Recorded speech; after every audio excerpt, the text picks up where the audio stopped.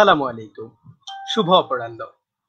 পৃথিবী চলছিল পৃথিবীর আপন গতিতে, কিন্তু করোনা নামক এক মহামারী এসে যেন পুরো পৃথিবীকে স্থবির করে দিয়েছে। ঘরবন্দি অলস জীবনযাপনে অভ্যস্ত হয়ে মানুষ দিন দিন মানসিকভাবে অবসাদগ্রস্ত হয়ে পড়ছে।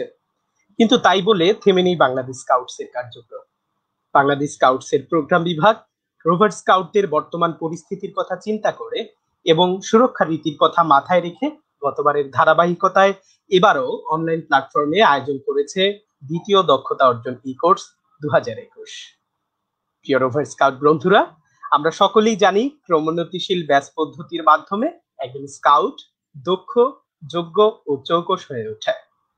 রোভার স্কাউটদের প্রযুক্তি ব্যবহারের সুবিধাকে কাজে লাগিয়ে তাদের আরো দক্ষ করে তোলবার লক্ষ্যে বাংলাদেশ স্কাউটস এর প্রোগ্রাম বিভাগের তত্ত্বাবধানে এবং জাতীয় rover scout programme review task force এর পরিচালনায় আয়োজিত দ্বিতীয় দক্ষতা অর্জন ই কোর্সের আজকের পর্বে আপনাদের স্বাগত জানাচ্ছি।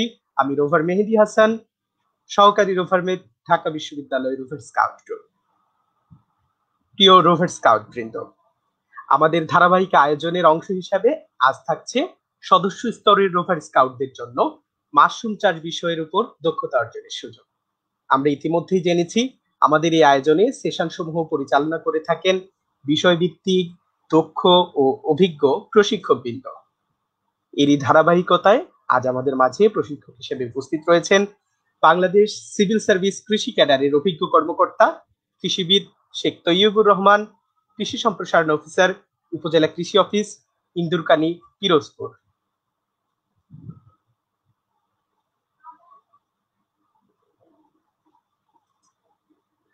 আমরা আগেই জেনেছি স্যার আজকে আমাদেরকে মাশরুম চাষ বিষয়ে আলোচনা করবেন।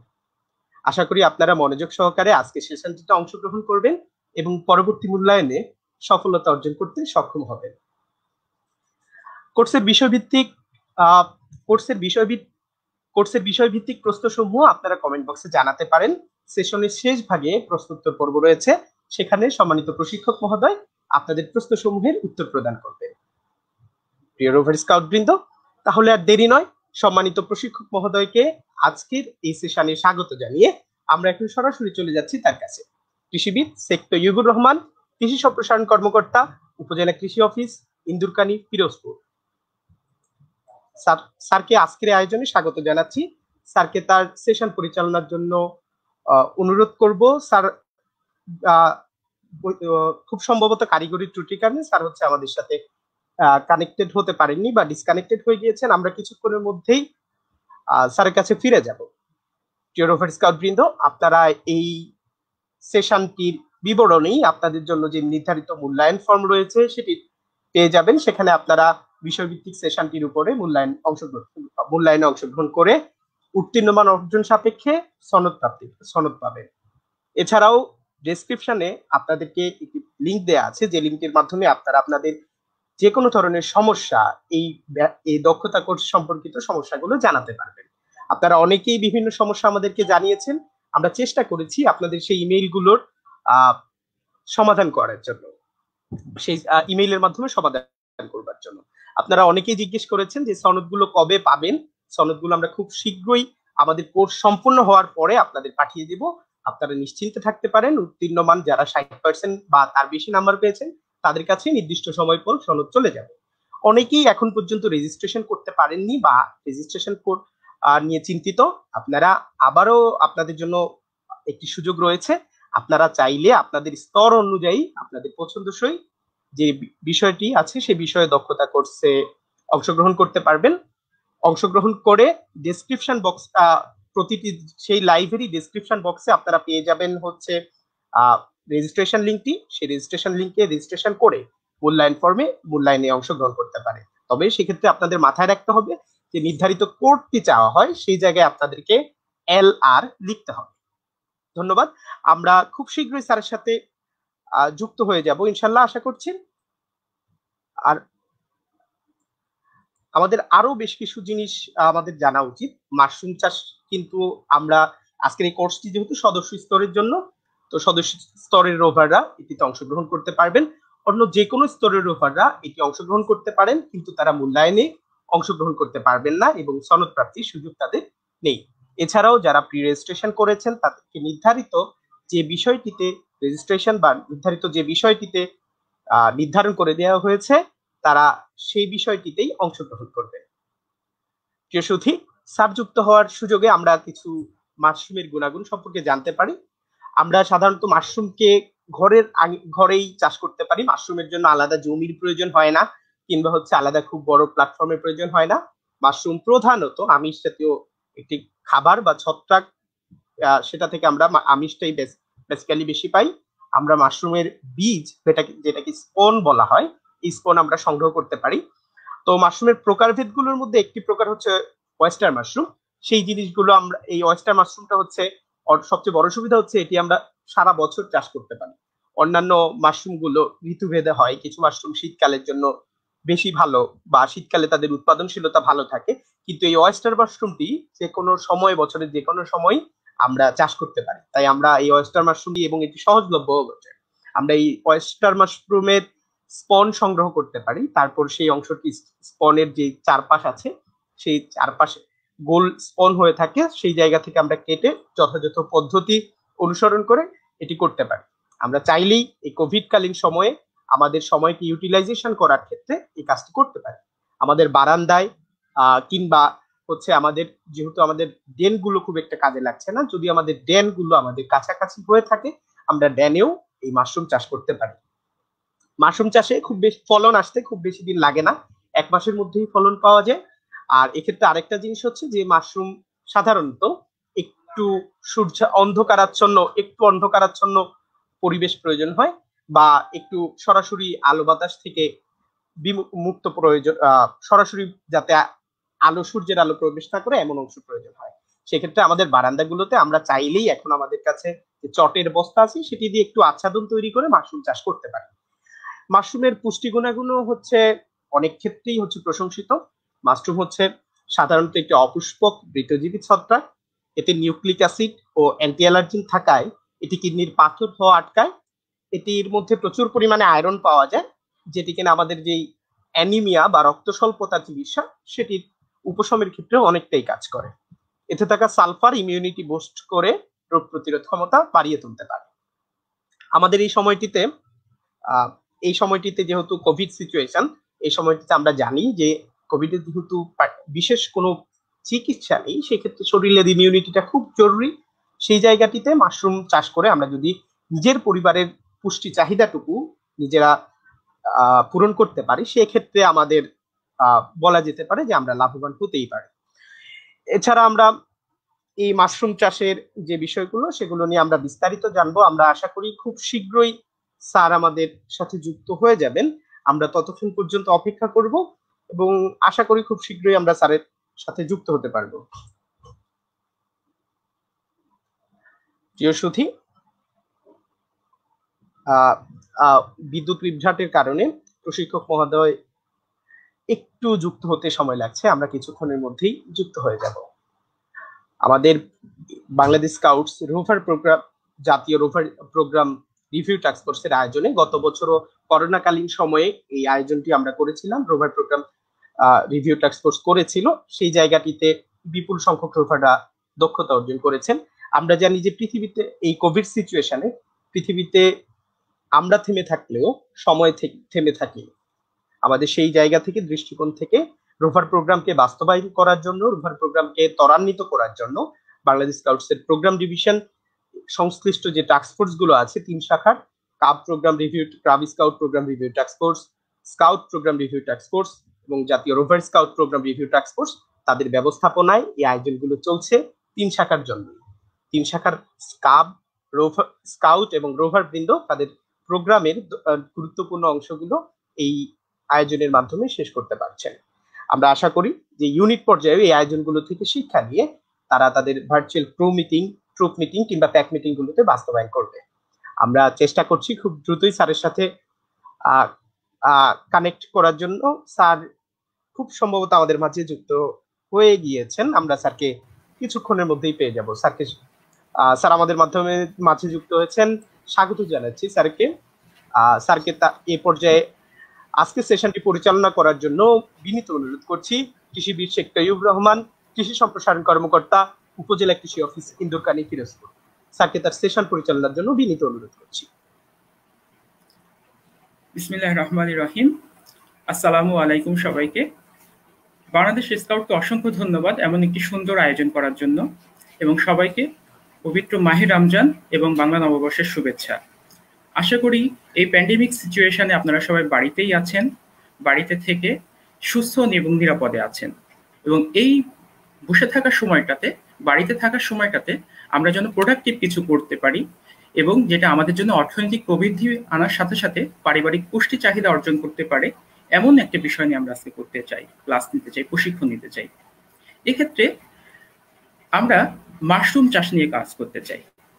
মাশরুম চাষ এমন একটি বিষয় যেটা আমাদের অর্থনৈতিক উন্নয়নে যেমন ভূমিকা রাখে পারিবারিক পুষ্টি চাহিদা পূরণ করার জন্য, এবং এটা একটি ঔষধি গুণ সম্পন্ন একটি সবজি।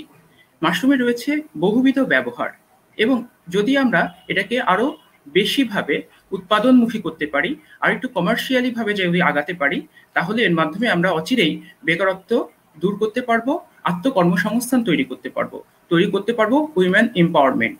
আমরা যদি সাস্টেইনেবল ডেভেলপমেন্ট গোলস এর কথা বলি, যার প্রথম তিনটা যেটা আছে, যে জিরো হাঙ্গার, তারপরে রিডিউস পভার্টি এবং কোয়ালিটি ফুড, হেলদি ফুড, ভালো থাকা এবং উইমেন এম্পাওয়ারমেন্ট, জেন্ডার ডিসক্রিমিনেশন রোধ করা, এই জিনিসগুলোর দিকেও যদি আমরা ভাবি, মাশরুম চাষ এমন একটা মাধ্যম যার মাধ্যমে এগুলোকে রিডিউস করা সম্ভব, কমিয়ে দেওয়া সম্ভব। কিছু ক্ষেত্রে এটা আমাদের জন্য অনেক গুরুত্বপূর্ণ ভূমিকা পালন করতে পারে বলে আশা রাখি। তো চলুন আমরা আজকে মাশরুম চাষ নিয়ে ক্লাস শুরু করি, এবং মাশরুম চাষের জন্য কি কি করণীয়, কি কি পদক্ষেপ আমাদের দরকার, আজকে আমরা ক্লাসে কি কি শিখব, সেই বিষয়গুলো নিয়ে আমরা প্রথমে একটু দেখে আসি। এরপরে আমি শেখ তৈবুর রহমান, কৃষি সম্প্রসারণ কর্মকর্তা হিসেবে আছি কৃষি সম্প্রসারণ অধিদপ্তরের আন্ডারে। আমার পোস্টিং হচ্ছে ইন্দুরকানী, পিরোজপুরে।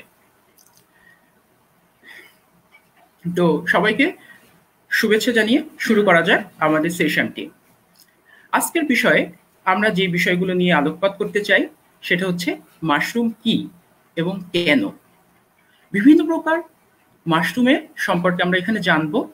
আমরা মাশরুম চাষের সুবিধাজনক বিষয় সম্পর্কে জানতে পারবো, এবং মাশরুম চাষ কিভাবে করা হয় এবং সেটা চাষঘর কিভাবে প্রস্তুত করা দরকার হয় সেই সম্পর্কে আমরা জানবো।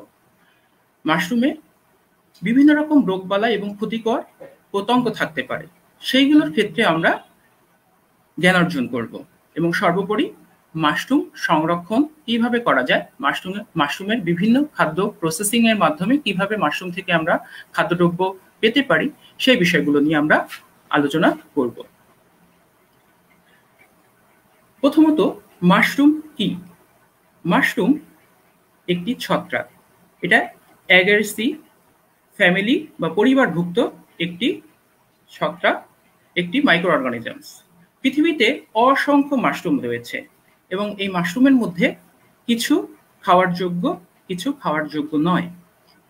আমরা সাধারণত মাশরুমের যে অংশটুকু খাই সেটা আমরা এখানে ছবিতেই দেখতে পাচ্ছি, যে সাদা যে অংশটুকু দেখতে পাচ্ছি সেটাই হচ্ছে মাশরুমের খাওয়ার অংশ, আর এটাকে বলা হয় ফ্রুটিং বডি।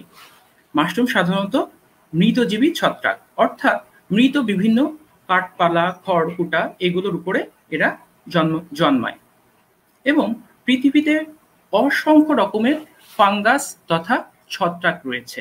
এই ছত্রাকের মধ্যে মাশরুম জাতের ছত্রাক রয়েছে প্রায় ৩৮,০০০, এর মধ্যে খাওয়ার যোগ্য প্রায় ২,০০০। তার মধ্যে প্রায় ৭৫ প্রজাতি আমরা কমার্শিয়ালি চাষ করা হয়ে থাকে বিভিন্ন দেশে। মাশরুমের মূলত ফ্রুটিং বডিটাই আমরা খাই। মাশরুমকে যদি আমরা একটু পরিচিতির দিকে যাই, যে এটা যদি আমরা একটু ডিসেকশন হিসেবে দেখতে চাই, যে এটা একটা মাশরুমের আদর্শ ছবি। তো প্রথমেই মাশরুমের যে অংশটা, উপরের অংশটাকে বলা হয় ক্যাপ, তারই নিচের আবরণটাকে বলা হয় স্পোরের অংশ, অর্থাৎ এখান থেকে মাশরুম রিপ্রোডাকশন করে। পরবর্তী জেনারেশন তৈরির জন্য যে স্পোর তৈরি হয়, যে বীজ তৈরি হয়, মূলত এই স্পোর অংশ থেকে এটা তৈরি হয়ে থাকে। নিচের যে সিলিন্ডার আকৃতির যে অংশটা আমরা দেখতে পাচ্ছি, এটা হচ্ছে স্ট্রাইপ বলা হয় এটাকে, এবং পরবর্তীতে নিচে সাবস্ট্রেট অর্থাৎ যেই মাধ্যমে মাশরুমটা জন্মায়, এটা গাছপালা, খড়কুটা যে কোনো জিনিস হতে পারে। এছাড়া আরেকটু যদি আমরা বলি এখানে, সেটা হচ্ছে যে মাইসেলিয়াম। মাইসেলিয়ামটা হচ্ছে শেকড়ের মতো নিচে যে অংশটা আমরা দেখতে পাচ্ছি, এটা হচ্ছে মাইসেলিয়াম। নর্মালি মাশরুম যখন তৈরি হয়, আমরা যখন স্পন থেকে মাশরুম তৈরি করব, তখন এই মাইসেলিয়ামের স্ট্রাকচার বা এটার গ্রোথ আমরা দেখতে পাবো।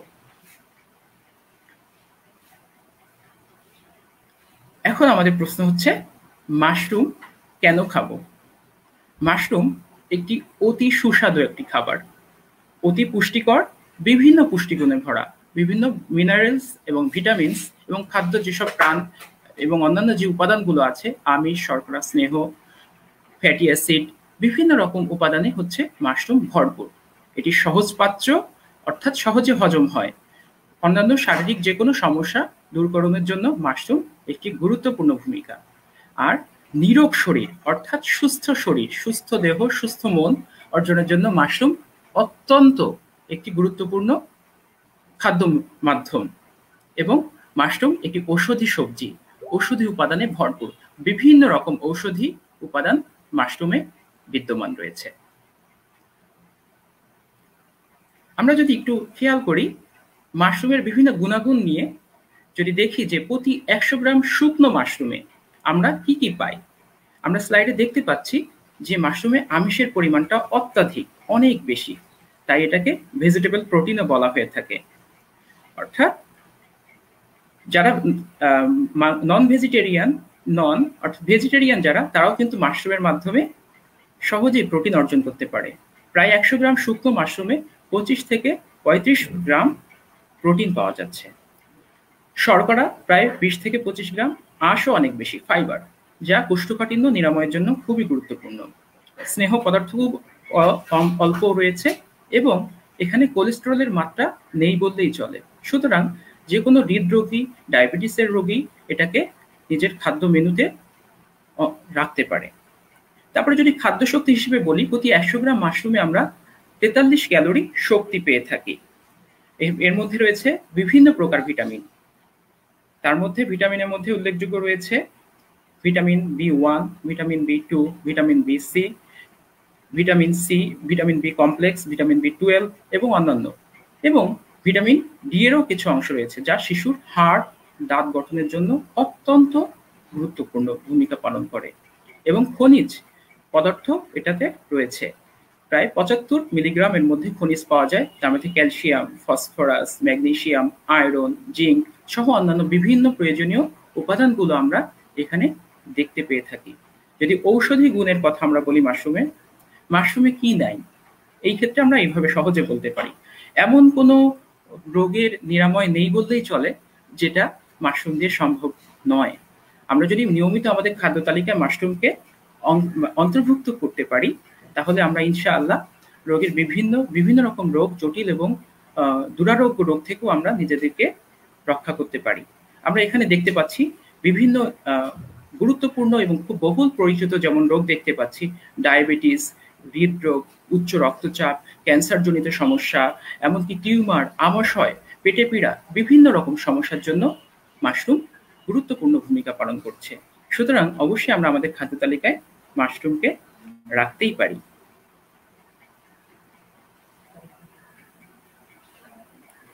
এখন অনেকের মনে হতে পারে যে মাশরুম নিয়েও বিভিন্ন রকম প্রশ্ন আছে, যেমন মাশরুম কি হালাল, মাশরুম কি বিষাক্ত না, মাশরুম তো বিষাক্ত বোধ হয়, মাশরুম কি কেউ খায়, অপরিষ্কার নোংরা জায়গায় তো মাশরুম হয়, এটা কি মানে কেমন, হয়তো বিড়াল, কুকুর এদের মলমূত্র যেখানে হয় সেখান থেকে বোধহয় মাশরুম তৈরি হয়, তাহলে মাশরুম তো খাওয়া যাবে না, এরকম অনেকের ধারণা থাকতে পারে, অপরিষ্কার, নোংরা বা বিষাক্ত হতে পারে, খাওয়ার যোগ্য কি এটা, এরকম বিভিন্ন রকম কোশ্চেন আমাদের মাশরুম নিয়ে আছে, আমাদেরও এক সময় ছিল। কিন্তু যখন মাশরুম নিয়ে আমরা অধিক পরিমাণ পড়াশোনা করলাম, তখন আমরা দেখতে পেলাম যে না, আসলে মাশরুম হালাল। মাশরুম শুধু হালালই নয়, এটা মহানবী সাল্লাল্লাহু আলাইহি ওয়াসাল্লামের প্রিয় একটি খাবারের উপাদান ছিল। আমরা তার একটি কথার মাধ্যমে এটা অনেকটাই পরিষ্কার হয়ে যায়। যেমন তিনি বলেছেন, মাশরুম এক প্রকার জান্নাতি খাদ্য, এটি চোখের জন্য নিরাময়, সুতরাং এটা থেকে আমরা সহজেই অনুমান করতে পারি যে মাশরুম আমাদের জন্য উপাদেয় যেমন হালাল একটি খাদ্য। কোরআনের মধ্যেও, পবিত্র কোরআনের মধ্যেও মাশরুম নিয়ে ইঙ্গিত প্রদান করা হয়েছে। সুতরাং মাশরুম যে হালাল এই বিষয়ে আশা করি কোনো সন্দেহ থাকার কথা নয়। পরবর্তীতে আমরা যদি মাশরুমের বিশুদ্ধতা নিয়ে প্রশ্ন করি, সেক্ষেত্রে মাশরুম খুবই ইন্টেন্সিভ, খুবই চমৎকারভাবে, খুবই বিশুদ্ধ উপায়ের মাধ্যমে মাশরুমকে তৈরি করা হয়। আমরা যদি একটু দেখি, আমরা কিছুক্ষণ আগে মাশরুমের একটা ছবিতে দেখেছিলাম যে মাশরুমের স্পোর থেকে তৈরি হচ্ছে তাদের নেক্সট জেনারেশন, পরবর্তী প্রজন্ম। তো এখানে আমরা যদি দেখি, প্রথম ছবিতে মাশরুমকে দেখতে পাচ্ছি, তারপরে দেখতে পাচ্ছি শুকনো মাশরুম, সেখান থেকে স্পোর বা তথা বীজ কালেকশন করে নেওয়া হচ্ছে। এরপরে মাশরুমের বীজটাকে আমরা পিওর কালচারের মধ্যে PDA media, potato dextrose Agar media বা বিভিন্ন গ্রোথ মিডিয়াতে খুবই ইন্টেন্সিভ ভাবে, খুবই জীবাণুমুক্ত উপায়ের মাধ্যমে আমরা সেই বীজটা থেকে পিওর কালচার তৈরি করি। খাওয়ার যে মাশরুমগুলো আছে, আমরা পরবর্তী কিছু সময় পরে মাশরুমের বিভিন্ন প্রকার নিয়ে আলোচনা করব। তো এই মাশরুমের বিভিন্ন রকম ভ্যারাইটিকে এইভাবে ডেভেলপ করা হয়। এরপরে সেটা যদি আমরা পরবর্তী একটু স্লাইডে যাই, যে সেটা দেখেন আপনারা প্রথম ছবিতে যদি আমরা দেখি, এটা ল্যামিনার এয়ার ফ্লো ক্যাবিনেট বলা হয়। এখানে ভেতর দিক থেকে বাতাস আসে আর বাইরের থেকে একজন মানুষ কাজ করে। সুতরাং বাইরের থেকে কোনো জীবাণু ভেতরে প্রবেশ করার সুযোগ থাকে না। এমনই একটি খুব ইন্টেন্সিভ পরিবেশের মাধ্যমে, পিওর টিস্যু কালচারের মাধ্যমে, যথেষ্ট পরিমাণ বিশুদ্ধতা মেনটেন করার মাধ্যমে টিস্যু কালচার প্রক্রিয়ায় মাশরুমের পিওর কালচার তৈরি করা হয়। অতঃপর সেই পিওর কালচার থেকে আমরা মাদার কালচার মানে তৈরি করি, সেটাকে আবার পরবর্তীতে আরো মাল্টিপ্লাই করে কমার্শিয়াল কাল্টিভেশনে যাওয়া হয়, যেটা সাধারণত কৃষক কিনে এনে তাদের নিজের ফার্মে মাশরুম চাষ করে থাকে। সুতরাং মাশরুম যে বিশুদ্ধ নয় এই বিষয়ে কোনো ধারণা পোষণ করা ঠিক নয়, বরং মাশরুম একটি বিশুদ্ধ খাবার এবং খুব বিশুদ্ধ উপায়ে, খুব ইন্টেন্সিভ ভাবে ল্যাবরেটরিতে বা কৃষকের ফার্মে অনেক ইন্টেন্সিভ ভাবে এটা তৈরি করা হয়ে থাকে। এটা মোটেও নোংরা নয়, এটা মোটেও বিষাক্ত নয়, এটা মোটেও অবিশুদ্ধ নয়। এর মধ্যে অন্য কোনো মাশরুম বা বিষাক্ত মাশরুমের সংস্পর্শ আসারও সুযোগ থাকছে না, এবং মাশরুম চাষ অনেক সহজেই আমরা করতে পারবো বলে আশা রাখি। আমরা পরবর্তীতে সেটা নিয়ে জানবো। এখন মাশরুম নিয়ে আমরা এত কথা বলছি, মাশরুম চাষ বা মাশরুমের ব্যবহার যদি আমরা একটু ইতিহাসের কাছ থেকে ঘুরে আসি, মাশরুম নিয়ে ইতিহাসে কি কি ঘটনা আছে তার কিছু আমি এখানে আলোকপাত করার চেষ্টা করছি।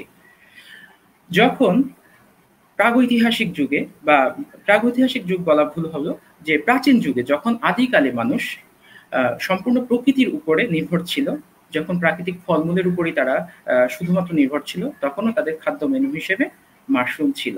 তারা মাশরুম বিভিন্ন জায়গা থেকে সংগ্রহ করে আনতো এবং তাদের পরিজন নিয়ে এটাকে কনজিউম করতো, খেত আর কি। এরপরে যদি আমরা আরেকটু নতুন সিভিলাইজেশনের দিকে আসি, যে যখন মধ্যযুগ, এমন একটা সময়ে প্রাচীন গ্রিকরা তাদের যোদ্ধাদের একটি বিশেষ খাবারের মেনু হিসেবে মাশরুমকে ব্যবহার করত। প্রাচীন রোমানরা এটাকে বলতো স্রষ্টার প্রদত্ত একটি খাদ্য। চীনরা তাদেরকে মাশরুমকে খেত এমনটা ভেবে যে মাশরুম হচ্ছে দীর্ঘ জীবন লাভের একটি খাদ্য। আমরা যদি ফ্রান্সের দিকে তাকাই, মোটামুটি আধুনিকতার ছোঁয়া যখন রেনেসা যখন যুগটা শুরু হয়ে যায়, তখন কৃষকদের মেলন বা বাঙ্গি বা বিভিন্ন শসা খেতে এই যে তারা খড়কুটার মধ্যে 1650 সালের দিকে দেখে যে মাশরুমের গঠন, স্ট্রাকচার তৈরি হয়, এবং পরবর্তীতে তারা এটাকে কমার্শিয়ালি আস্তে আস্তে এটাকে করা শুরু করে এবং এটাকে খাদ্য হিসেবে গ্রহণ করে। আর মাশরুম দিয়ে একটা মজার তথ্য হচ্ছে 15ই অক্টোবর ফ্রান্সে মাশরুম দিবস হিসেবে পালন করা হয়। ওই দিনে তারা বিভিন্ন রকম আয়োজন করে থাকে মাশরুম নিয়ে, তাদের অনেক কৃষ্টি কালচার এখানে রিলেটেড থাকে, তারা এই ধরনের আয়োজন করে থাকে। আর আধুনিক বিশ্বের কথা যদি বলি, মাশরুম মোটামুটি 19বিংশ শতাব্দীর পর থেকে 20 শতাব্দীর শুরু থেকেই মাশরুম বেশ পপুলার হয়ে যায় এবং সারা বিশ্বে একটি জনপ্রিয় খাদ্য মেনু হিসেবে মাশরুম ব্যবহৃত হচ্ছে। আর বাংলাদেশে মাশরুম চাষের অবস্থাটা বেশ নতুন, এটা 80-র দশক থেকে মোটামুটি এটা শুরু হয়েছে। তার অতঃপর এটা এগ্রিকালচার কাউন্সিল যেটা আছে, বার্ড যেটা BARC, Bangladesh agriculture research council, তার মাধ্যমে এটা শুরু হয় এবং পরবর্তীতে মাশরুম উন্নয়ন ইনস্টিটিউট সাভারে এটা আস্তে আস্তে এটা ডেভেলপ করে। এটা সাভারে অবস্থিত মাশরুম ট্রেনিং উন্নয়ন ইনস্টিটিউট যেটা আছে। আপনারা যে কোনো সেবা, যে কোনো রকম বিশুদ্ধ বীজ বা যে কোনো তথ্য উপাত্ত এখান থেকে এবং বিপণনী কেন্দ্র এখানে উপস্থিত, আপনারা এখান থেকে বিভিন্ন রকম সেবা পেতে পারেন। আমরা পরবর্তীতে যদি দেখি মাশরুমের আরো কিছু সুবিধাজনক দিক নিয়ে আমরা কথা বলি।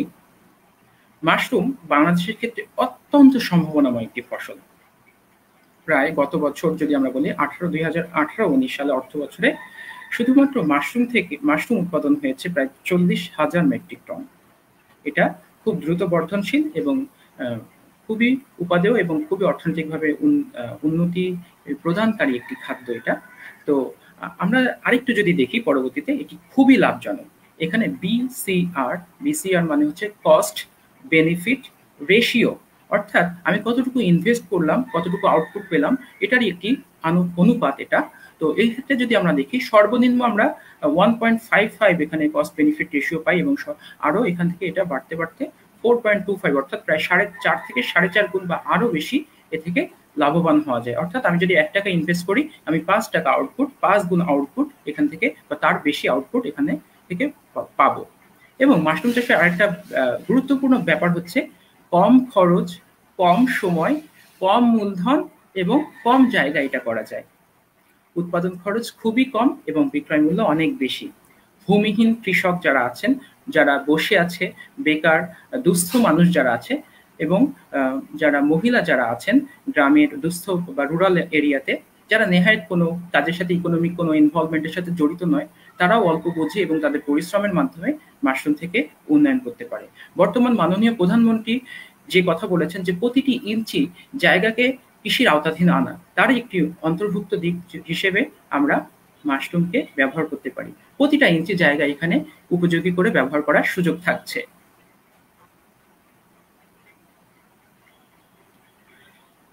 আমরা যদি মাশরুমের অর্থনৈতিক গুরুত্বের দিকে দেখি, যে এর কিছু অর্থনৈতিক গুরুত্ব আছে, যে এর উৎপাদন প্রায় 200 মেট্রিক টন, যেখানে বাংলাদেশ এখন দানা জাতীয় খাদ্যে বেশ স্বয়ংসম্পূর্ণ বলা যায়।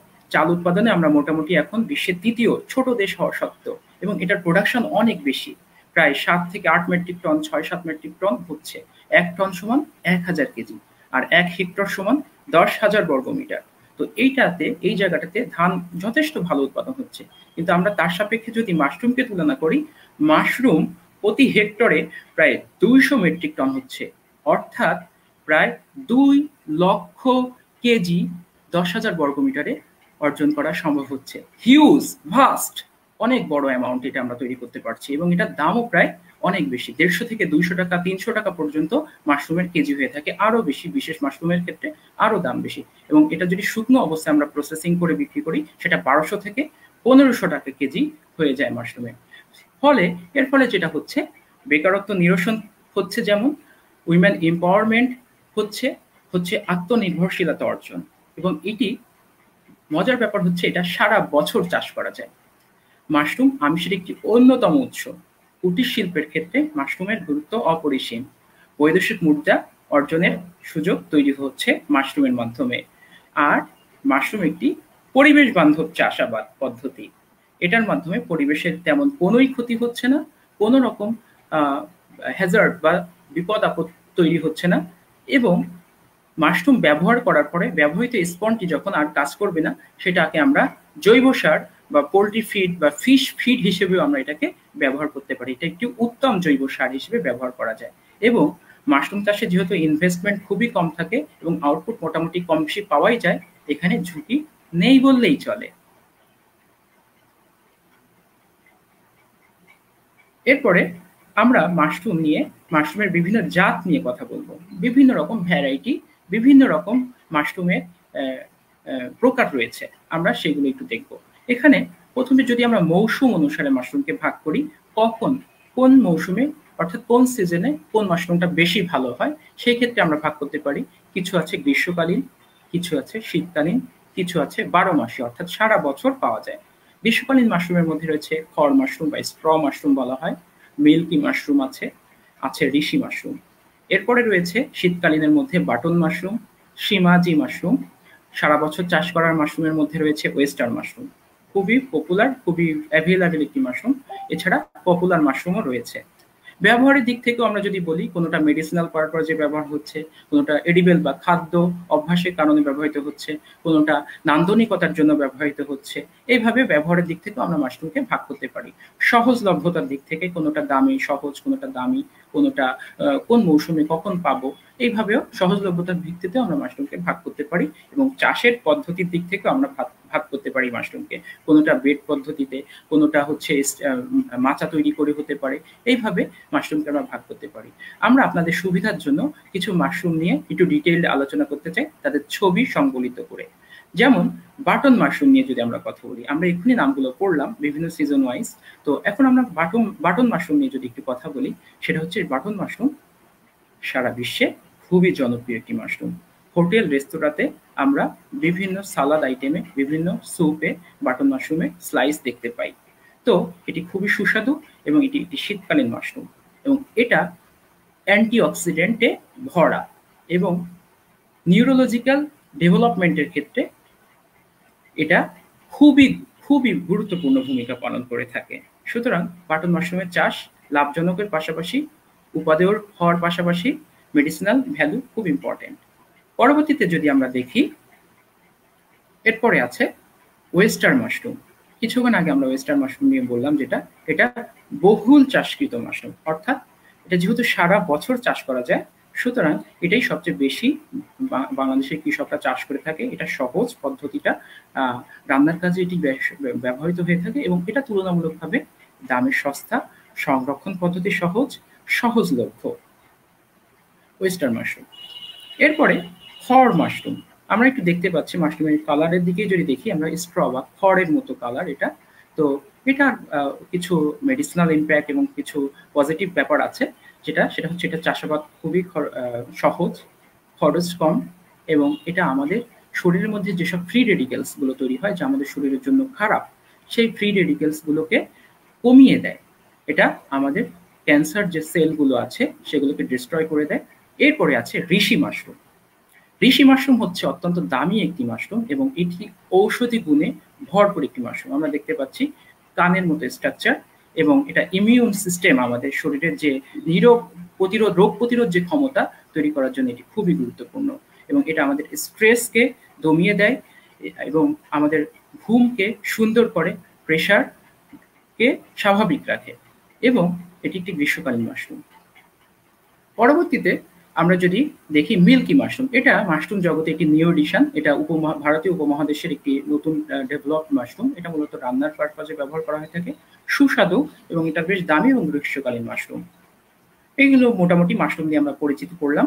এখন মূল যে কথাটা, সেটা হচ্ছে যে মাশরুম নিয়ে আমরা এত কিছু জানলাম, মাশরুম কিভাবে চাষ করব, মাশরুম কিভাবে আমাদের সহজে আমরা মাশরুমকে চাষ করে লাভবান হতে পারি, সেই বিষয়টা নিয়ে আমরা আলোচনা করতে চাই।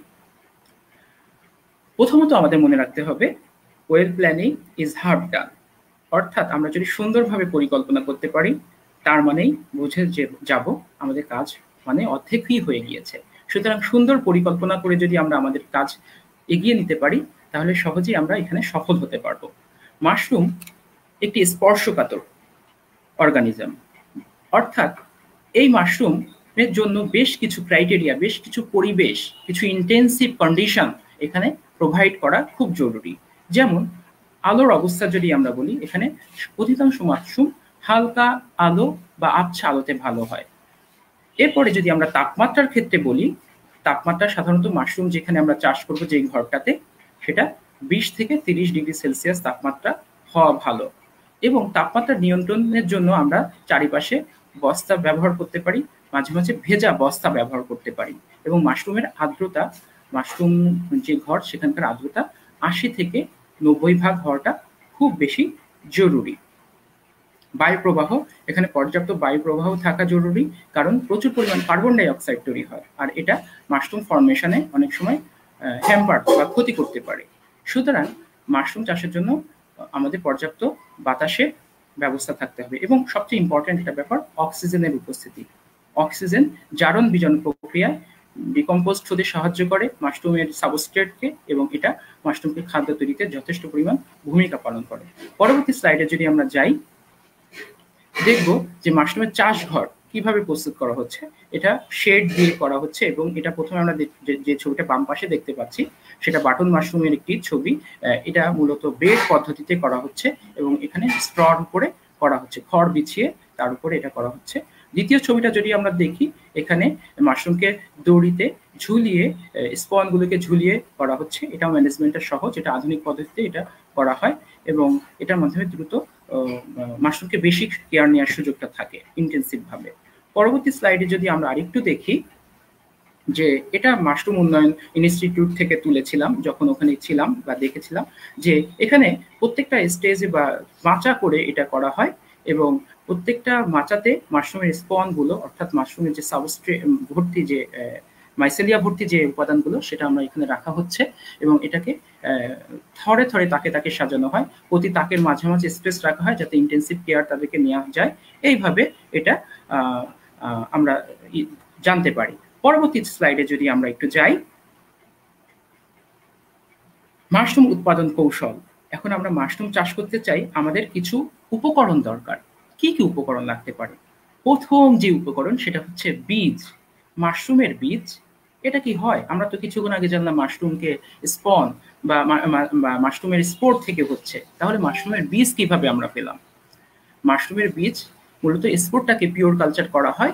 পিওর কালচারটাকে মাল্টিপ্লিকেশন করার জন্য ওটাকে ধান বা গম এইরকম কিছুকে তার উপরে মাশরুমের ওইটাকে আবরণটাকে দিয়ে দেওয়া হয়, এবং পরবর্তীতে এটাই মাশরুমের বীজ হিসেবে মাল্টিপ্লিকেশন হিসেবে ব্যবহার করা হয়।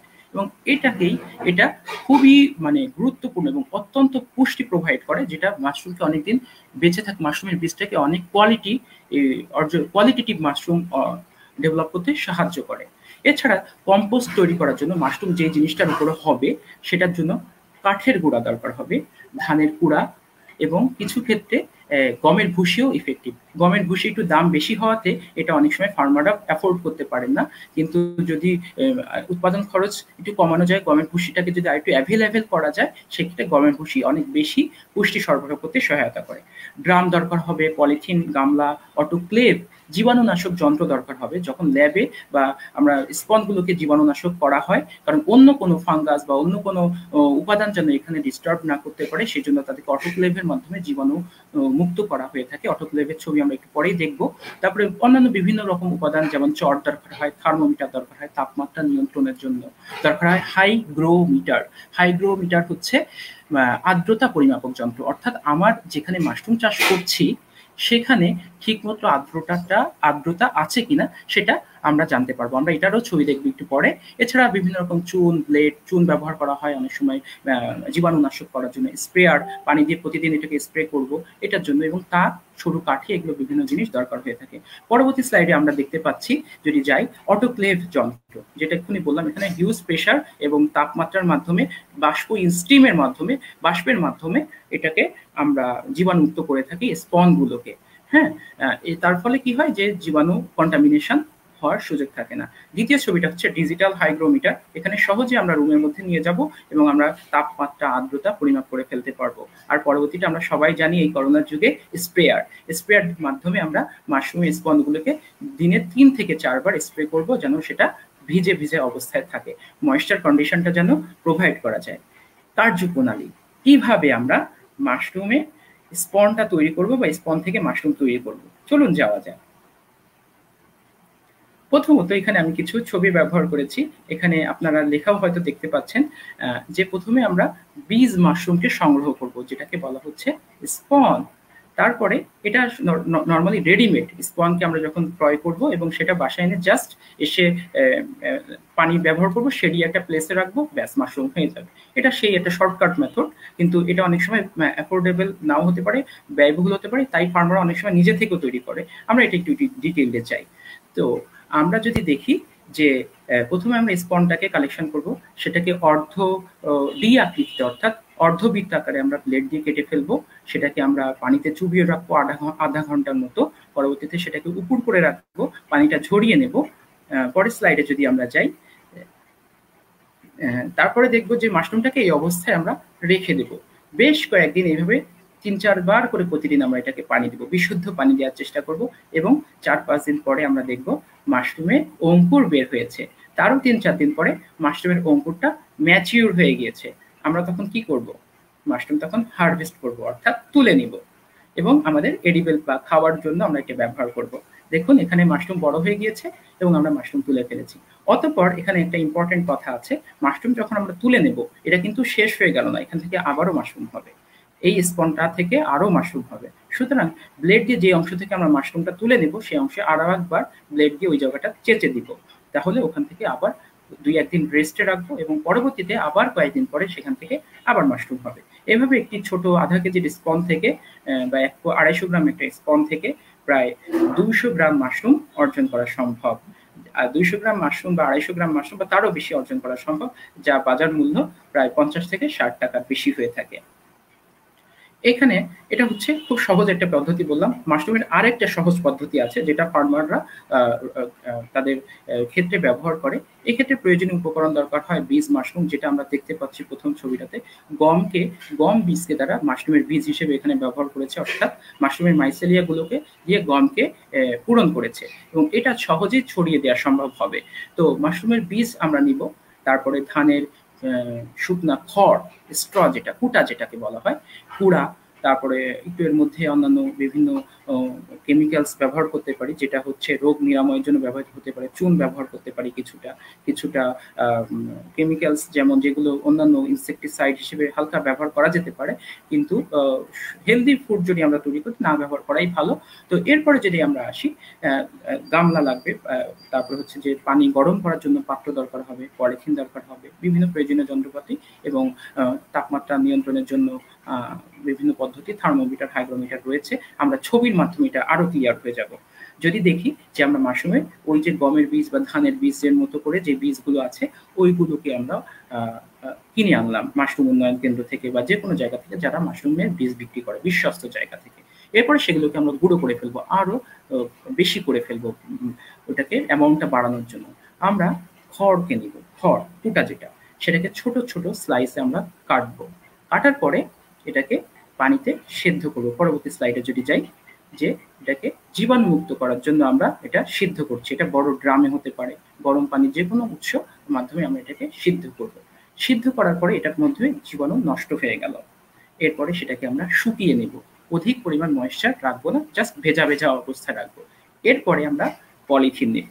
পরবর্তী স্লাইডে যদি আমরা যাই, পলিথিনের মধ্যে আমরা কিছুটা মাশরুম, কিছুটা স্ট্র বা এই যে খড়কুটাগুলোকে রাখবো এবং তারপরে এটাকে আমরা মাশরুমের বীজ চারিপাশে, পরিধির চারিপাশে, পলিথিনের চারিপাশে ছড়িয়ে দিব অল্প অল্প করে। তারপরে আবার কিছু খড় দিব, খড় ২-৩ ইঞ্চি লেয়ার খড় দেওয়ার পরে আবার কিছু আমরা মাশরুমের বীজ সরবরাহ করব। এরপরে আবার কিছু আমরা খড় দিব, আবার মাশরুমের বীজ। এভাবে আমরা যে কয়টা স্তর, সাধারণত ৩ থেকে ৪টা স্তর করা হয় এবং বড় পলিথিনে করে এভাবে মাশরুমকে রাখা হয় এবং মাশরুমকে নিয়মিত পানি প্রদান করা হয় এবং এইভাবে মাশরুমকে রেখে দেওয়া হয়। তার গায়ে কিছু ছিদ্র করে দেওয়া হয়। ছিদ্র করে দেওয়ার পরে সেখানে প্রতিদিন ময়েশ্চার কন্ডিশনে রাখার পরে আর্দ্রতা প্রোভাইড করার পাশাপাশি পানি সরবরাহ করব। এইভাবে করতে করতে সেই মাশরুমগুলো থেকে মাইসেলিয়া গ্রো করবে। মাইসেলিয়া কি? ওই যে মাশরুমের যে শিকড়ের মতো যে উপাদানগুলো সাদা সাদা একটি আবরণ দেখতে পাবো।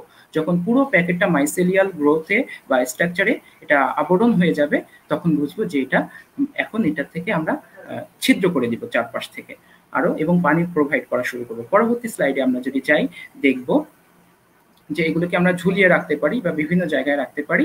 তারপরে প্রতিদিন আমরা পানি স্প্রে করব। এখানে আপনারা একটা জিনিস দেখেন, যিনি পানি স্প্রে করছেন তার হাতে কিন্তু চুড়ি পরা। তাহলে আমরা সহজেই বুঝতে পারছি যে এটা আমাদের বাড়ির মহিলারাও এই কাজে স্বতঃস্ফূর্তভাবে অংশগ্রহণ করতে পারে। পুরুষ যদি বাইরে কোনো কাজেও থাকে, বাড়ির মহিলারাও এই কাজে সামান্য একটু পরিশ্রমের মাধ্যমে, এটার মাধ্যমে সহজেই আমরা এই কাজটা করতে পারি। অতঃপর কিছুদিন পরে, ৩ থেকে ৪ দিন পরে আমরা মাশরুম সরবরাহ করব।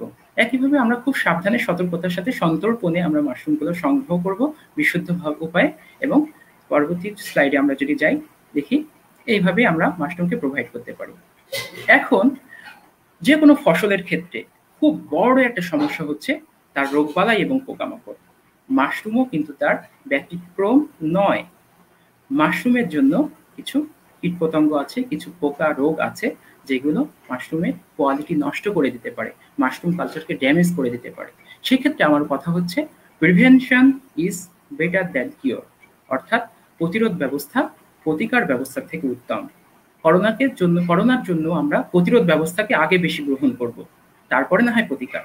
তো সেই ক্ষেত্রে রোগকে আসার আগে, পোকামাকড়কে আসার আগে যদি আমরা স্ট্রং শক্তিশালী প্রতিরোধ ব্যবস্থা তৈরি করতে পারি, তাহলে রোগ প্রবেশই করবে না। সেই ক্ষেত্রে প্রোডাকশন কস্ট কমে যাবে এবং লাভবান বেশি হওয়া যাবে। তো আমরা যদি দেখি মাশরুমের সফট রড, বিভিন্ন রকম ব্যাকটেরিয়া জনিত কারণে মাশরুম তোলার ফলে, হারভেস্ট করার পরে এখান থেকে বিভিন্ন রোগ বালাই তৈরি হতে পারে, মাশরুম পচে যেতে পারে, বিভিন্নভাবে পচে যেয়ে সেটা নষ্ট হয়ে যেতে পারে। বিভিন্ন ব্যাকটেরিয়া ছত্রাকের মাধ্যমে, ফিউজারিয়াম একটা বিশেষ ছত্রাক, আরো বিভিন্ন রকম ইম্পর্টেন্ট ছত্রাক আছে যার মধ্যে মাশরুমের নষ্ট হয়ে যেতে পারে। Black mould, green mould, Penicillium, এই ধরনের কিছু ল্যাবরেটরি উইড বলা হয় যারা মাশরুমের কালচারটাকে নষ্ট করে দেয়, মাশরুমের স্পনটাকেও কোয়ালিটি নষ্ট করে দেয়, ইভেন মাশরুমের মধ্যেও তৈরি হয়। এমনকি দীর্ঘদিন শুকনো মাশরুম যদি আর্দ্রতার মধ্যে চলে আসে, তখন মাশরুমের মধ্যে এই ধরনের মোল্ডগুলো তৈরি হয়। সেই ক্ষেত্রে সুন্দরভাবে শুকিয়ে সংরক্ষণ করাটাও ইম্পর্টেন্ট এবং সুন্দর পরিবেশে, জীবাণুমুক্ত পরিবেশে এটা রাখা জরুরি। কীটপতঙ্গের মধ্যে যদি আমরা কথা বলি, মাশরুমের একটি বড় সমস্যা হচ্ছে মাশরুমের মাছি পোকা। ছোট্ট ছোট্ট কিছু মাছি আছে যেগুলো মাশরুমের কোয়ালিটি নষ্ট করে দেয়। এছাড়া আছে পিঁপড়া, তেলাপোকা, ইঁদুর এবং বিভিন্ন মাকড় এবং উইভিল, অর্থাৎ চালের যে ছোট ছোট পোকা আছে মাশরুমের তেমনি মাথায় সুরের মতো, সেগুলোকে নর্মালি উইভিল বলা হয়ে থাকে। এই ধরনের উইভিলগুলো মাশরুমকে নষ্ট করে দেয়। আচ্ছা, এখানে আমরা রোগ দেখতে পাচ্ছি বিভিন্ন, যেমন এখানে কিছু অ্যাসপারজিলাস নামক কিছু ল্যাবরেটরি উইড বা ফাঙ্গাস টাইপের কিছু আছে যেগুলো মাশরুমের স্পনগুলোকে নষ্ট করে দিচ্ছে। এটার ফলে মাশরুমের উৎপাদন কমে যায়। এমনকি আমরা কিছু হারভেস্ট করা মাশরুমের মধ্যেও দেখছি যে ব্ল্যাক মোল্ড বা কালো রঙের যে ধরনের ফাঙ্গাস এগুলো তৈরি হচ্ছে, এগুলো মাশরুমকে নষ্ট করে দেয়। তো এই বিষয়ে আমরা একটু সচেতন থাকবো। এইরকম যদি হয় সেক্ষেত্রে আমরা অ্যালকোহলিক বিভিন্ন উপাদান, ফর্মালডিহাইড বা এইভাবে এগুলোর মাধ্যমে আমরা ফিউমিগেশন বা ধূমায়িতকরণ ভাবে বা সেগুলো হালকা করে তুলা দিয়ে স্প্রে করার মাধ্যমে সেটাকে করতে পারি, অ্যাভয়েড করতে পারি। এবং বাই চান্স কোনো একটা জিনিস যদি আক্রান্ত হয়ে থাকে সেটাকে আমরা সাথে সাথে আইসোলেটেড করে রাখবো, অন্য ভালো জায়গা থেকে আমরা এটাকে পৃথক করে রাখবো, আলাদা করে ফেলবো, অন্য মাশরুমের জন্য এটা কন্টামিনেশন বা দূষণ না তৈরি করতে পারে। পরবর্তীতে যদি আমরা যাই, কিছু পোকার ছবি দেখতে পাচ্ছি, এই সেই মাছি পোকা, যেই মাছি পোকা মাশরুমের জন্য অত্যন্ত ক্ষতিকর এবং মাছি পোকার ম্যাগট বা লার্ভা টাইপের জিনিস আছে যারা মাশরুমকে খেয়ে ফেলে। আমরা 4 নম্বর ছবিটাতে দেখতে পাচ্ছি একটি মাকড়। মাকড় মানে হচ্ছে 8 পা বিশিষ্ট প্রাণীদেরকে বলা হয়ে থাকে মাকড়, আর 6 পা বিশিষ্ট পোকাগুলোকে বলা হয় ইনসেক্ট। ঠিক আছে? তো মাকড় মানে মাকড়সা। অনেক সময় মাশরুমের গায়ে ছোট্ট ছোট্ট মাকড় ছোট্ট ছোট্ট করে জাল বিস্তার করে, এগুলো কিন্তু মাশরুমকে থেকে রস শুষে খেয়ে ফেলে এবং মাশরুমকে শুকিয়ে ফেলে। এইগুলো থেকেও আমরা অ্যাভয়েড করব। পরবর্তী আমরা কিভাবে এটাকে নিয়ন্ত্রণ করব, ওভারঅল একটা কথা বলেছি। পরবর্তী স্লাইডে যদি যাই, যে আমরা সবচেয়ে যেটা মোস্ট ইম্পর্টেন্ট, পরিষ্কার পরিচ্ছন্ন পরিবেশ আমাদের দরকার হবে। আমরা মাছি দমনের জন্য ম্যালাথিয়ন নামক একটি কেমিক্যালস আছে, সেটাকে স্প্রে করতে পারি, সেটা ব্যবহার করতে পারি। এছাড়া ফিউমিগেশন বা ধূমায়িতকরণের মাধ্যমেও আমরা বিভিন্ন প্রকার জীবাণুকে ধ্বংস করতে পারি, ইনসেক্টকে দমন করতে পারি। রোগাক্রান্ত মাশরুমকে অবশ্যই আলাদা করবো। আরেকটা ব্যাপার, মাছি দমনের ক্ষেত্রে আঠালো বিভিন্ন রকম উপাদান পাওয়া যায়, সেই মাছি ধরার জন্য সেই উপাদানগুলোকেও আমরা ব্যবহার করতে পারি, তাহলে কেমিক্যালস ব্যবহার করার কোনো সুযোগ নেই। আর এখানে একটা বড় সতর্কতা হচ্ছে, মাশরুমে আমরা কখনো কোনো কেমিক্যালস স্প্রে করবো না। যেহেতু মাশরুম সরাসরি এডিবেল খাওয়া হয়, সুতরাং মাশরুমে আমরা কোনো রকম ইনসেক্টিসাইড, ফাঙ্গিসাইড স্প্রে করবো না। পরিবেশ পরিচ্ছন্ন রাখবো, দেয়ালে আবরণ রাখবো, মেঝে পরিষ্কার রাখবো, কিন্তু মাশরুমে নয়। এরপরে যদি আমরা দেখি মাশরুম কিভাবে আমরা সংগ্রহ করব। মাশরুম যখন আমরা সংগ্রহ করবো, আমরা এই ছবিটাকে যদি একটু খুব ভালো করে নিরীক্ষণ করি, যিনি সংগ্রহ করছেন তিনি হাতে গ্লাভস বা পলিথিনে গ্লাভস পরে নিয়েছেন এবং সুন্দর প্লাস্টিকের আবরণে তিনি সংগ্রহ করছেন। যেহেতু মাশরুমকে সরাসরি খাওয়া হচ্ছে, অনেক সময় মানে এটাকে অল্প ধুয়েই খাওয়া হয়, সুতরাং এটাকে আমরা সরাসরি মানে না হাত দিয়ে ধরে সুন্দরভাবে পলিথিন ব্যবহার করার মাধ্যমে বিশুদ্ধ হাতে পরিষ্কার পরিচ্ছন্ন উপায় সংগ্রহ করব। এখানে কিছু সতর্কতা অবলম্বন করা জরুরি। পরবর্তী স্লাইডে যেটা বলা হয়েছে, স্বাস্থ্যকর পরিবেশ নিশ্চিত করা। মাশরুম তোলার আগে অবশ্যই মাশরুমকে ভেজাবো না, তাহলে মাশরুমে দীর্ঘকালীন সময় সংরক্ষণ করাটা কিছুটা নষ্ট হয়ে যায়। এবং মাশরুম কখনো মধ্য দুপুরে করব না, বরং সকালে বা বিকালে সংগ্রহ করার চেষ্টা করব। এবং সতর্কতার সাথে আমরা যখন প্যাকেটজাত করব তখন করব যেন মাশরুমের যে অঙ্কুর বা পাপড়িগুলো সেগুলো ভেঙে না যায়, তাহলে মাশরুম দেখতে সুন্দর লাগবে এবং অনেকদিন ভালো থাকবে। এখন মাশরুম সংরক্ষণ পদ্ধতি নিয়ে যদি আমরা কথা বলি, মাশরুম কিভাবে সংরক্ষণ করতে পারি? আমরা মাশরুমকে দুই উপায়ে সংরক্ষণ করতে পারি। একটা হচ্ছে টেম্পোরারি, অর্থাৎ ক্ষণস্থায়ী অল্প সময়ের জন্য, আর একটা পার্মানেন্ট বা দীর্ঘ সময়ের জন্য। টেম্পোরারি আমি নর্মালি টেম্পারেচার এই বাইরে আবরণে 10 থেকে 12 ঘন্টা ভালো থাকে মাশরুম, কিন্তু তারপরে নষ্ট হয়ে যায়। সেক্ষেত্রে আমরা ফ্রিজে যদি রাখি 3 থেকে 7 দিন ভালো থাকে, আরো বেশিও সময় ভালো থাকে। 80% ডিপে রাখলে আরেকটু বেশি ভালো থাকবে।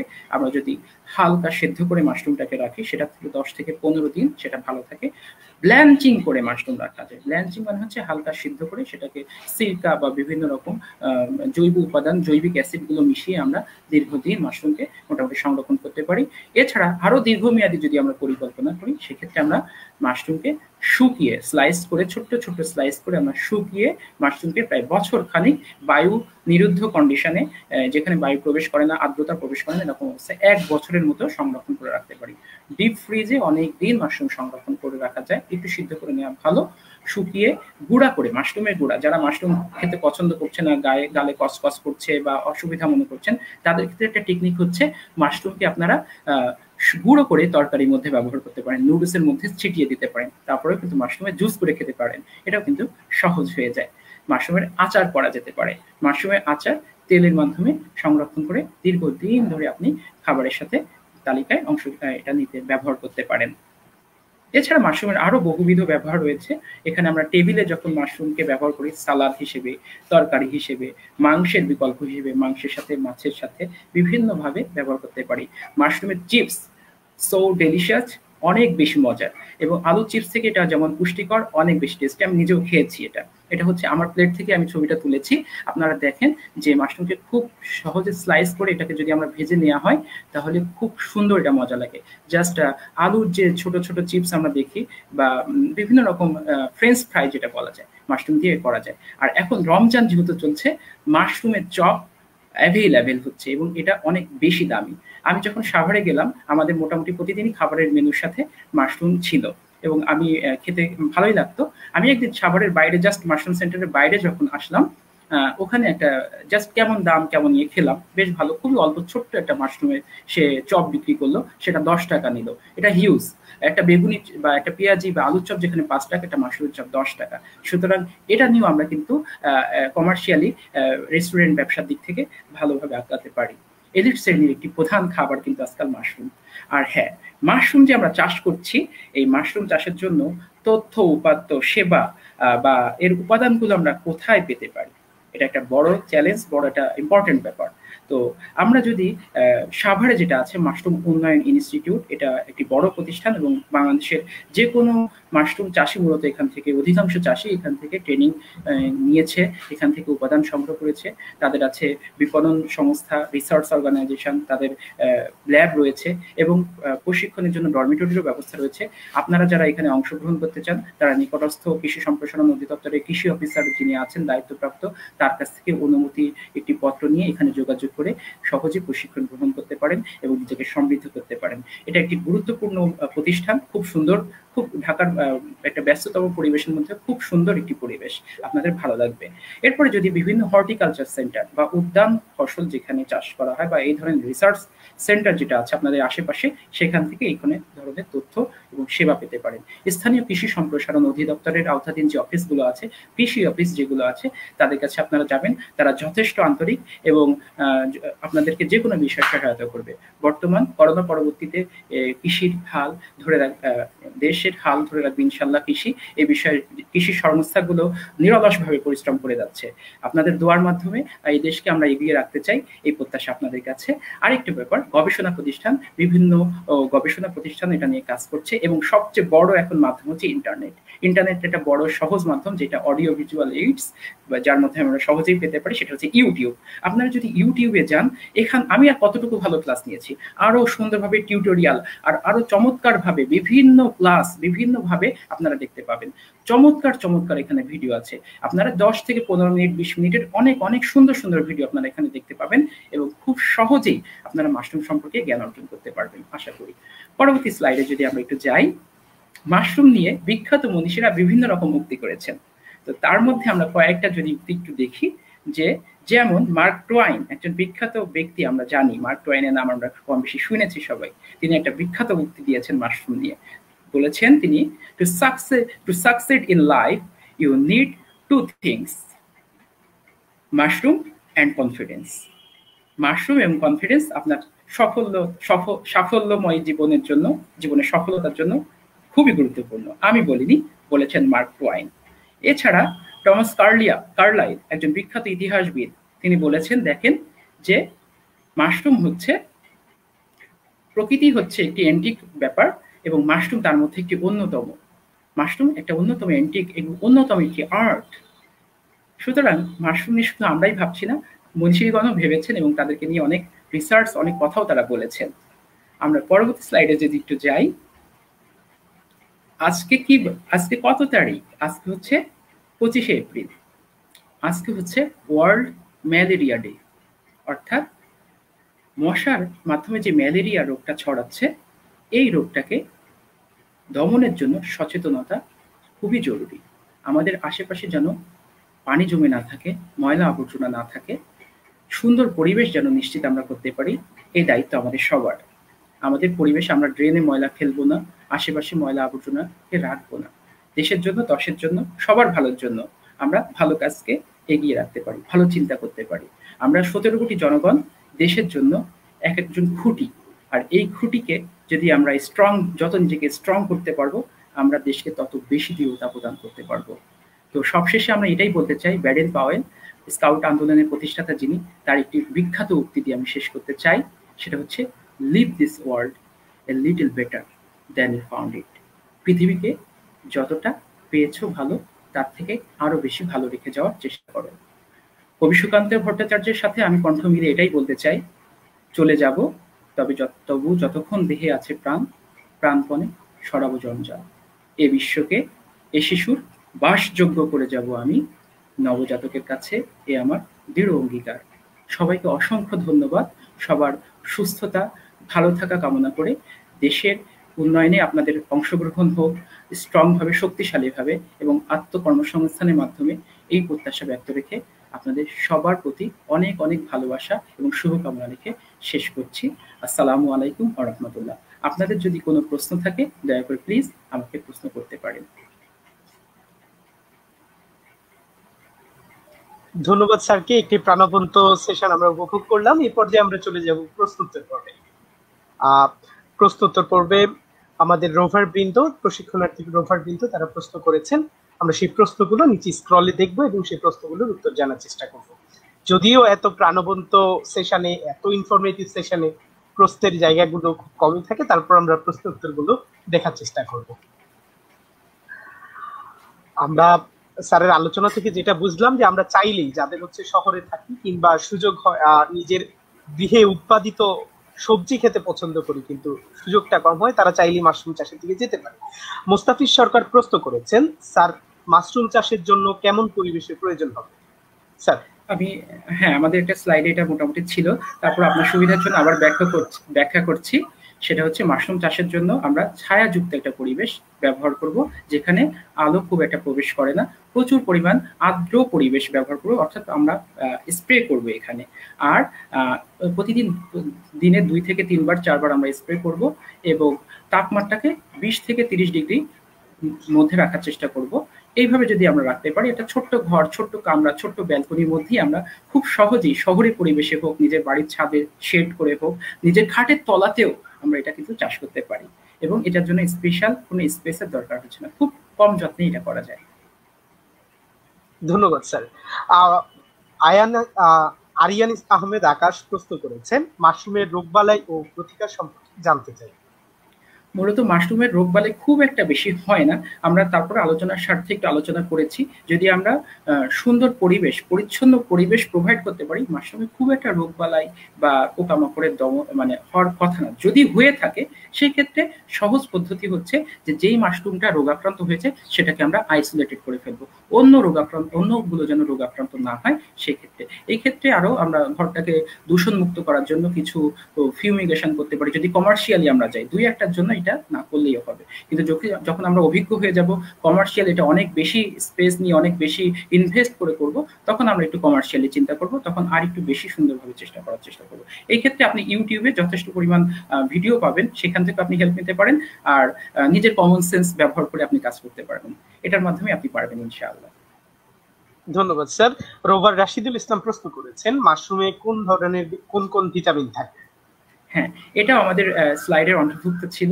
আমরা বলেছি যে vitamin B, vitamin B one, বি12, B2, V complex মোটামুটি বলা যায় ভিটামিন সি, ভিটামিন ডি, মোটামুটি প্রত্যেকটা ভিটামিনই কম বেশি এখানে থাকে। কিন্তু এই উপাদানগুলো অনেক বেশি থাকে এবং যা শিশুর হাড়, দাঁত, শরীর গঠনের জন্য আর্লি স্টেজে খুবই ইম্পর্টেন্ট। এটা শিশুর খাবারে গুঁড়ো পাউডার হিসেবে আপনারা ব্যবহার করতে পারেন। ওকে। বা রোভার মোহাম্মদ ওমর ফারুক প্রশ্ন করেছেন, বীজ কি উপজেলা পর্যায়ে হতে সংগ্রহ করতে পারবো? অর্থাৎ তিনি স্পন সংগ্রহের জায়গাটি বলেছেন যে প্রত্যন্ত অঞ্চলে উপজেলা কৃষি সম্প্রসারণ অফিস থেকে এটা সংগ্রহ করা যাবে কিনা স্যার? আচ্ছা, মাশরুম এখনো এটা দুঃখের বিষয় যে ৮০ দশকের শুরু হলেও মাশরুমকে এখনো আমরা ততটা জনপ্রিয়তার মধ্যে আনতে পারিনি। এটাকে আরো জনপ্রিয় করা উচিত ছিল। এক্ষেত্রে প্রতিটা উপজেলা পর্যায়ে যদি আমরা এটাকে ছড়িয়ে দিতে পারতাম তাহলে আরো বেশি ভালো হতো। যদি আপনার সংশ্লিষ্ট উপজেলাতে না পাওয়া যায়, সেক্ষেত্রে আপনি আপনার নিকটবর্তী উপজেলা থেকে এটা সংগ্রহ করতে পারবেন। প্রতিটা জেলাতেই কম বেশি ২-৩ জন উদ্যোগী মাশরুম চাষী আপনি পাবেন। আর এখন যেহেতু সোশ্যাল মিডিয়ার যুগ, তাদের বিভিন্ন ফেসবুক পেজ আছে, আপনি সহজে তাদের কাছ থেকে হোম ডেলিভারি নিতে পারবেন। ইভেন আপনি সাভার থেকেই, যদি আপনার বাসা ঢাকার আশেপাশে হয়, বা সাভার থেকে আপনি সহজেই অল্প আয়াসে অল্প পরিশ্রমে এটা নিয়ে আসতে পারেন। আমি বলি আপনাদের সুবিধার জন্য যে এই আপনাদের জন্য একটি টিউটোরিয়াল হিসাবে আমি একটি মাশরুমের স্পন নিজে থেকে তৈরি করেছিলাম।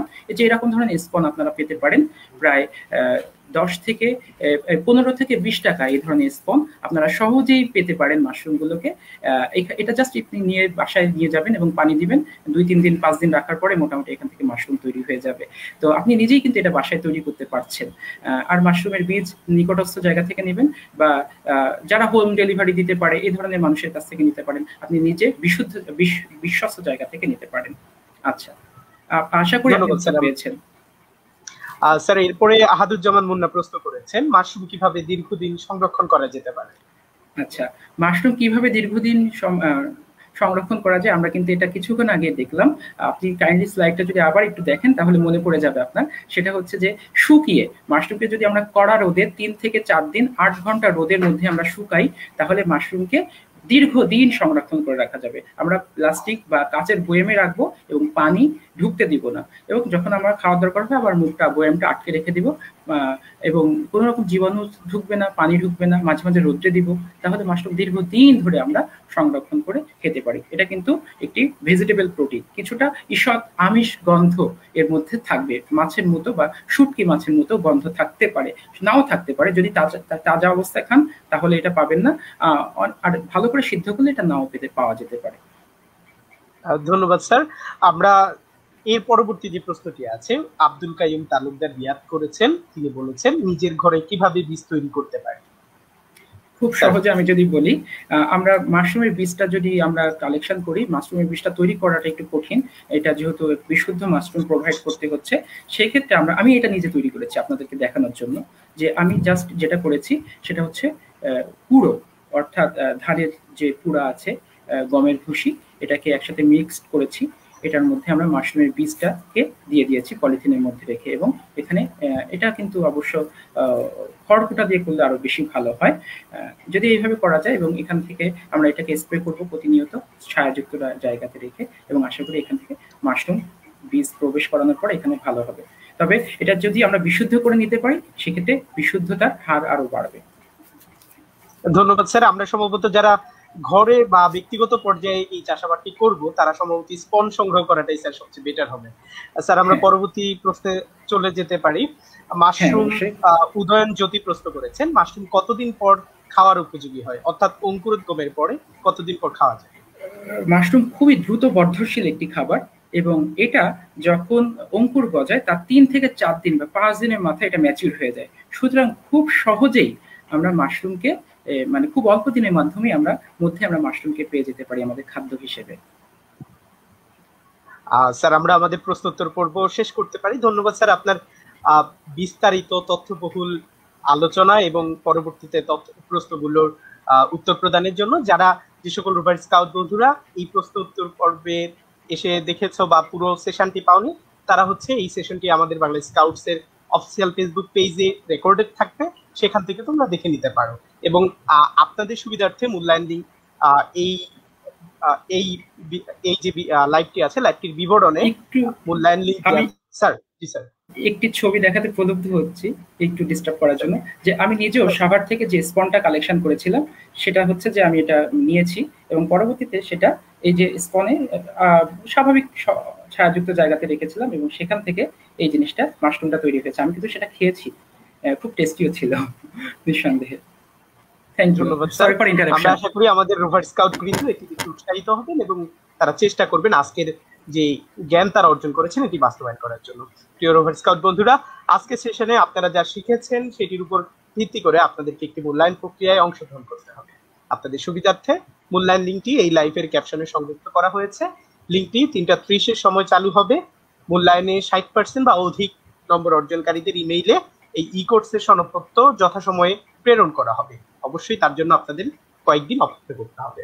মূল্যায়ন লিঙ্কটি প্রকাশের 72 ঘন্টা অর্থাৎ 3 দিন পর্যন্ত আপনারা এতে অংশগ্রহণ করতে পারবেন। মনে রাখবেন আপনি মাত্র 2বার চেষ্টা করতে পারবেন, সুতরাং সতর্কতার সাথে মূল্যায়নে অংশগ্রহণ করুন। এ পর্যায়ে সম্মানিত প্রশিক্ষক মহোদয়ের প্রতি ধন্যবাদ জ্ঞাপনের জন্য স্ক্রিনে আমন্ত্রণ জানাচ্ছি জনাব Munir Ahmed Bhuiyan diamond, PRS co chairman, জাতীয় rover scout programme review task force, Bangladesh scouts program বিভাগ।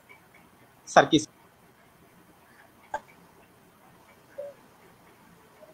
আসসালামু আলাইকুম রহমতুল্লাহ, সবাইকে মাহে রমজানের শুভেচ্ছা জানাচ্ছি।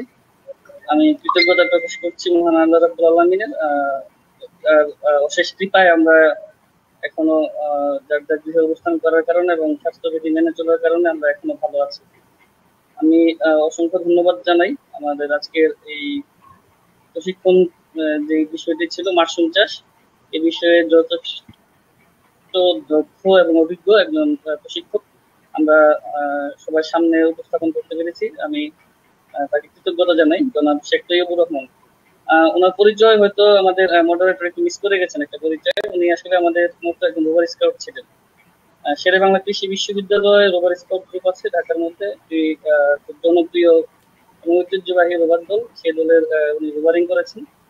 সেই রোভারিং এর সূত্রে তার সাথে পরিচয় এবং সামাজিক যোগাযোগ মাধ্যমে তার অ্যাক্টিভিটি গুলো দেখা হয়। তার কর্মজীবনে সফলতা অর্জন করেছেন। আমি আশা করি তার ভবিষ্যৎ জীবনে তার কর্ম প্রচেষ্টা এবং তার কন্ট্রিবিউশনে বাংলাদেশ আরো ভালো ভালো বিষয় আমাদের সামনে চলে আসবে। আমরা আশা করি স্কাউটিং থেকে একটু গ্যাপে আছেন, একাডেমিক সময় লাস্টের দিকে উনি স্কাউটিং এর সাথে যুক্ত ছিলেন না, যার কারণে উনি হয়তো একটু গ্যাপে আছেন। আমি আশা করব পেশাগত জীবনে যেহেতু একটা প্রতিষ্ঠিত পর্যায়ে চলে এসেছে,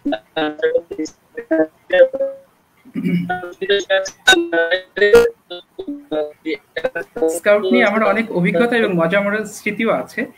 আমি জাম্বুরিতে অংশগ্রহণ করেছি এবং আপনি তো প্রায় ডায়মন্ড ভাই আপনি ছিলেন, সবসময় আমাদের আসতেন। আমি অনেক অভিজ্ঞতা অর্জন করেছি। হয়তো শেষ মুহূর্তে বিভিন্ন কারণে অংশগ্রহণ করার সুযোগ হয়নি, কিন্তু স্কাউট আমাকে অনেক কিছু দিয়েছে, অনেক কিছু শিখেছি। আমি স্কাউটের কাছে কৃতজ্ঞ। ধন্যবাদ। আমরা আশা করবো কৃতজ্ঞতা চলমান থাকবে এবং আবার নতুন করে বয়স্ক নেতা বা রুরাল লিডার হিসেবে আমরা আপনাকে পাবো। আমরা আশা করি আপনার সুস্বাস্থ্য কামনা করছি এবং আবারও কৃতজ্ঞতা জানাচ্ছি রোভার স্কাউট রিভিউ টাস্ক ফোর্সের পক্ষ থেকে। আপনার অত্যন্ত মূল্যবান সময় আমাদেরকে দিয়েছেন এবং এই সেশনটি প্রস্তুত করার জন্য আগে পরে ওনাকে যথেষ্ট সময় ব্যয় করতে হয়েছে এবং যেহেতু একটি তৃণমূল পর্যায়ে উনি অবস্থান করছেন পোস্টিং এ। নেটওয়ার্ক জনিত অনেক বিষয় চ্যালেঞ্জকে ওনাকে গ্রহণ করতে হয়েছে। আমরা শুরুতে যে বিষয়টা দেখেছিলাম ডিসকানেক্ট হয়ে গেছি, যে আসলে ওনার তৃণমূলের অবস্থানের কারণে। আমরা যারা আজকে দর্শক ছিলেন, আমরা আশা করবো বিষয়টি সবাই ক্ষমা সুন্দর দৃষ্টিতে দেখবেন। এখানে আসলে আমাদের করার কিছু ছিল না, এটাকে আমাদেরকে মেনে নিতে হবে। আমি ধন্যবাদ জানিয়ে আমি এখানে বক্তব্য শেষ করছি। সবাইকে অসংখ্য ধন্যবাদ। আসসালামু আলাইকুম। ধন্যবাদ। প্রিয় দর্শক মন্ডলী, আমরা আমাদের আজকের আয়োজনের একেবারেই শেষ পর্যায়ে চলে এসেছি। ধন্যবাদ জানাচ্ছি সম্মানিত প্রশিক্ষককে, ধন্যবাদ জানাচ্ছি টাস্ক ফোর্সের সম্মানিত চেয়ারম্যান, কো চেয়ারম্যান সহ সকল সদস্যবৃন্দকে ধন্যবাদ জানাচ্ছি। আজকে আমাদেরকে যারা টেকনিক্যাল সাপোর্ট দিয়েছেন, রোফার আতিক মাহমুদ PRS, রোফার Rafid Raiyan Rakim 71 open scout group, Mohammad Pappu Sardar রোফার 71 open scout group, Hasibur Rahman Tauhid 71 open scout. প্রিয় সুধী, আমাদের ধারাবাহিক এই আয়োজনের অংশ হিসেবে আগামীকালেও একই সময়ে থাকছে নৌবাহিনীর সংগঠন বিষয়ের উপর সেশনটি পরিচালনা করবেন জনাব Mohammad Habibur Rahman, leader trainer, Bangladesh scouts নৌ অঞ্চল। সেশনটি উপভোগ করার জন্য আমন্ত্রণ রইল। প্রিয় রোভার স্কাউট বন্ধুরা, এই ছিল আপনাদের জন্য আমাদের আজকের আয়োজন। বর্তমানে চলমান আপৎকালীন অবস্থায় সকলে স্বাস্থ্যবিধি মেনে বাসায় অবস্থান করবেন। প্রযুক্তির সর্বোচ্চ ইতিবাচক ব্যবহার করে করোনা পরবর্তী প্রতিযোগিতামূলক পৃথিবীর জন্য নিজেকে যোগ্যতম হিসেবে তৈরি করবেন, এই প্রত্যাশায় আমাদের পরবর্তী আয়োজনগুলো দেখার আমন্ত্রণ জানিয়ে আজকের মতো এখানেই শেষ করছি। সকলে শারীরিক ও মানসিকভাবে সুস্থ থাকুন, নিরাপদে থাকুন, আর অবশ্যই স্বাস্থ্যবিধি মেনে চলুন। আল্লাহ হাফিজ।